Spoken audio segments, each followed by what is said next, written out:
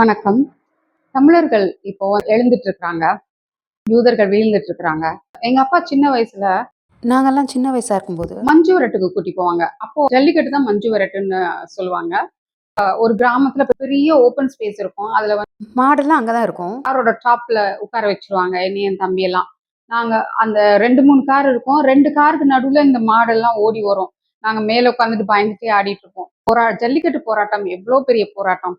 அந்த போராட்டத்துக்கு ஒரு தலைமையே இல்லாம எல்லாரும் கூடினாங்க. எல்லா தமிழர்களும் கூடினாங்க. அது மாரி இப்போ ஒரு எழுச்சி மாரி நடந்துட்டு இருக்கு.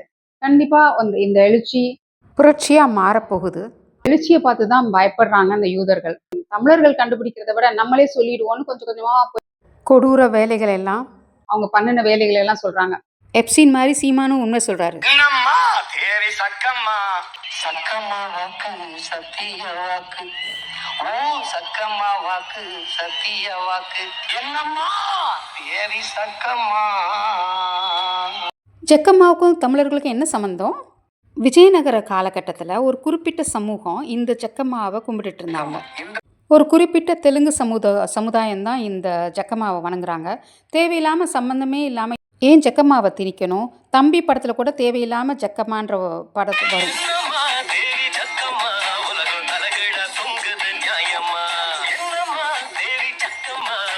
ஏன் இந்த பேரை தவிர வேறு எதுவுமே கிடைக்கலையா? ஜக்கம்மான்னு தெலுங்கு பேரை தவிர பச்சையம்மா, மாரியம்மா, எவ்வளவோ தமிழ் கடவுளர்கள் இருக்காங்களே. தேவையில்லாமல் திணிக்காதீங்க சீமான் அவர்களே. இவர் உண்மையை சொல்றாரு. இது மாதிரி எல்லா உண்மையும் இதே வெளியே மாரி வரட்டும்.